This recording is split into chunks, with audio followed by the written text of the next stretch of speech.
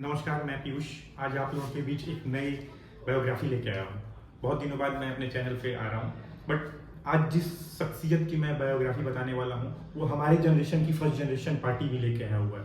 आपने बहुत पार्टियों को देखा होगा जिनके फैमिली विभाजन के बाद पार्टी बनाया, कोई एक और पार्टी बनाया, बट फर्स्ट जनरेशन की पार्टी हम लोग के जनरेशन में एक केजरीवाल ने आम आदमी पार्टी लेके आई, जिसका बैकग्राउंड के बारे में आप लोग बहुत अच्छे से जानते हो।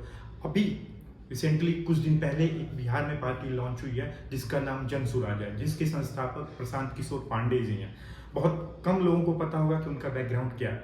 वो एक्चुअली पॉलिटिक्स में पिछले 2014 से एक्टिव हैं, बट उनका तरीका कुछ और था। 2024 और 2014 के बीच में उन्होंने बहुत स्ट्रगल किया, बहुत से पार्टियों को उन्होंने सत्ता में लाया, जिसके पीछे का एक बहुत बड़ा हिस्ट्री रहा है। तो उनकी हिस्ट्री के बारे में मैं यहाँ कुछ बताऊंगा। उनका जन्म बिहार के बक्सर डिस्ट्रिक्ट में हुआ। जन्म से वो एक साधारण परिवार के थे। वो पढ़ने में बहुत मेधावी थे। 12 में अच्छे मार्क्स की वजह से उन्होंने ड्यू में अपना एडमिशन लिया और ग्रेजुएशन करने के लिए वो दिल्ली चले गए। दिल्ली में ड्यू यूनिवर्सिटी में वो एसपीसी स्टैटिकल प्रोसेस कंट्रोल्स मतलब स्टैटिस्टिकल उनका कोर्स था।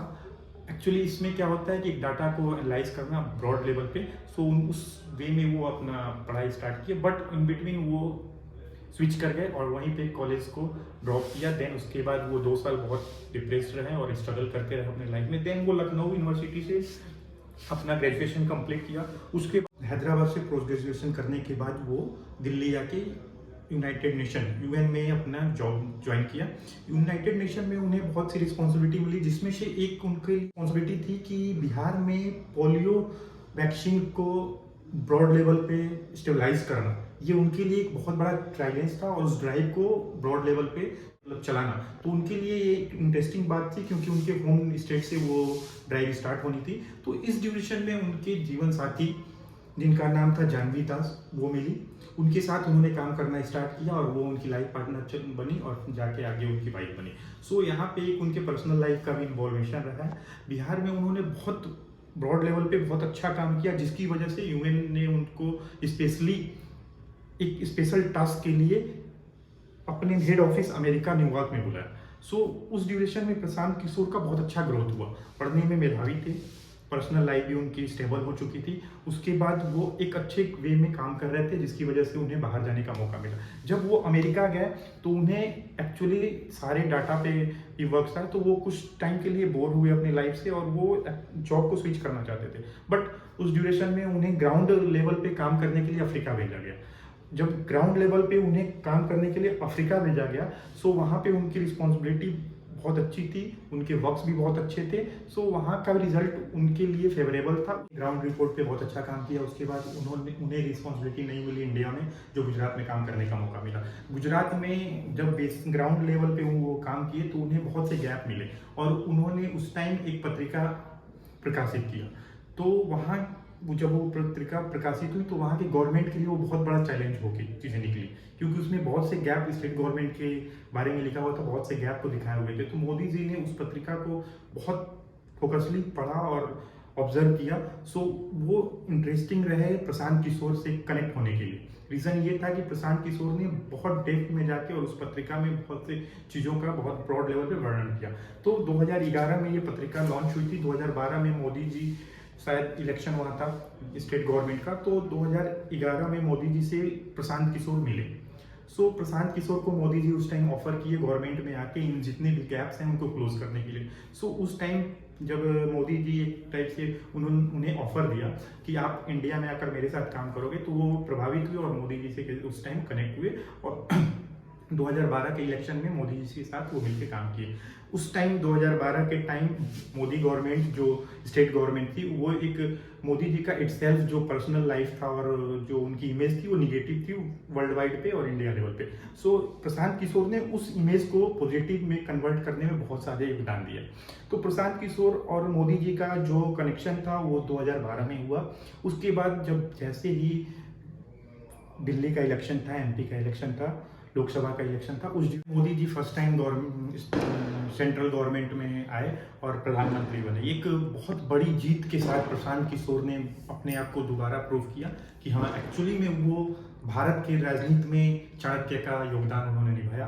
और कुछ दिनों बाद कुछ पर्सनल रंजिश और कुछ मतभेद, राजनीतिक मतभेद के कारण वो भारतीय जनता पार्टी और मोदी जी से दूरियां बनाने लगे। फिर नवंबर 2024 में बिहार में स्टेट गवर्नमेंट था, सो वहाँ पे फर्स्ट टाइम नीतीश जी ने इनका हेल्प लिया और उस टाइम दोबारा फिर इन्होंने अपने आप को प्रूव किया। और 2014 के बाद 2015 में जैसे ही इलेक्शन हुआ, उस टाइम बिहार में नीतीश कुमार को और भाजपा गठबंधन के साथ बहुत बड़ी एक जीत हासिल हुई। सो बिहार की राजनीति में प्रशांत किशोर का योगदान बहुत बड़ा दिखा और प्रशांत किशोर अपने आप को जब दोबारा एक बड़े स्टेट में प्रूव किया, सो इसके बाद उनका एक बड़ा चेहरा उभर के आया वर्ल्ड वाइड पे और इंडिया में एक बहुत बड़े चाणक्य के रूप में उभरे। सो उसके बाद बैक टू बैक उन्होंने 3-4 चीफ मिनिस्टर के साथ काम किया। उसके बाद उन्होंने पंजाब में कैप्टन के साथ काम किया, बंगाल में ममता दी के साथ काम किया, स्टालिन के साथ काम किया, मोहन रेड्डी के साथ काम किया और इसके साथ साथ केजरीवाल के साथ उन्होंने काम किया और इन लोग को दोबारा सत्ता मिला है और एक बड़ा जीत दोबारा इनको दिला के सत्ता मिलाने का काम किया और चीफ मिनिस्टर बनाने का दिया। इतने दिनों के योगदान के बाद 2011 और 2021 के बाद इन्होंने अपने आप को एक अलग वे में प्रूव करने की कोशिश की और 2 मई 2022 में प्रशांत किशोर ने जनसुराज नाम का एक एनजीओ कह लो या डायरेक्टली राजनीतिक पार्टी तो नहीं बनाई बट एक जनता तक पहुंचने का एक जरिया बनाया। फिर 2 साल बाद 2 अक्टूबर 2024 को उन्होंने संवैधानिक रूप से अपने जनसुराज को एक पॉलिटिक्स में इन्वॉल्व कर दिया और एक पार्टी बना दिया। तो राजनीतिक पार्टी का योगदान उन्होंने 2024 2 अक्टूबर से करना ही स्टार्ट किया। और उपचुनाव जो 2024 में अभी हो रहा है बिहार में, उसमें 4 सीटों पे उपचुनाव है और चारों सीटों पे ये डायरेक्ट अपने प्रत्याशी को उतारे हुए हैं, जिसमें चारों जगह ये तो जीत हो या ना हो अलग की बात है, परिणाम आएगा, रिजल्ट जब आएगा जब देखा जाएगा। बट इनका इन्वॉल्वेशन बहुत अच्छा रहा है। इनका जो सीट का बंटवारा को लेके या सीट को लेके इन्होंने बहुत अच्छे से अपने कैंडिडेट को सेलेक्ट किया है। और खासकर ये पार्टी जैसे इलेक्शन है, फर्स्ट टाइम ये राजनीतिक पार्टी बन के उभरी है और पहला चुनाव है उपचुनाव जो बिहार में अभी हो रहा है। एमपी के बाद जिस 4 ऐसे विधायक थे जो एमपी बने थे और वो सीट उनकी खाली हुई है जहाँ पे उपचुनाव हो रहे हैं और इन चारों पे जनसुराज ने अपने 4 कैंडिडेट उठाए हैं।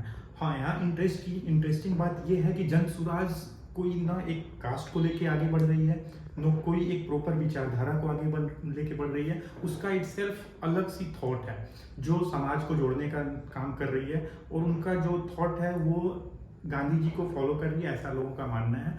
और एक निष्पक्ष पार्टी बन के उभर रही है क्योंकि स्टेट गवर्नमेंट में स्टेट लेवल पे जितनी भी पार्टियां होती हैं वो किसी कास्टिज्म पे अपने वर्क करती हैं। सो इनसे थोड़ा हट के एक नई सोच लेके आई है।